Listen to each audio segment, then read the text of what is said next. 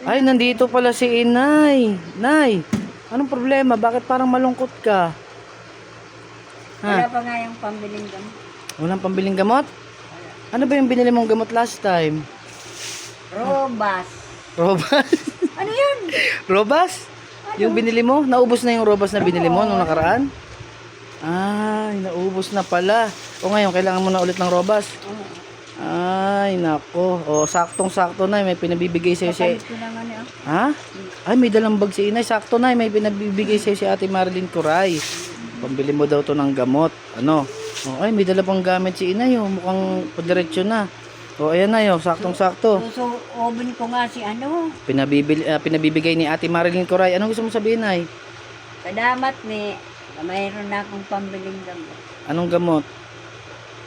Robas. Robas. O, ano yung binili mo? Extreme? Oo.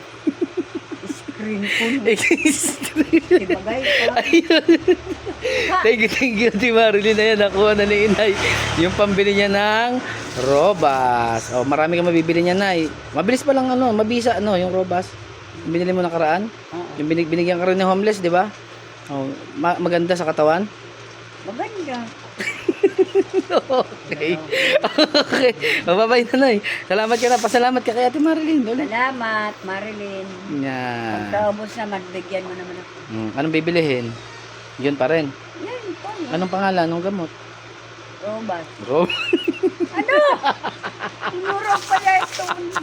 Pagpapara. So, yun. Ayun, thank you. Thank you, Nay. At ayan, si Inay, meron na siyang pambiling gamot. Ayan, ang daming gamot. Bye-bye.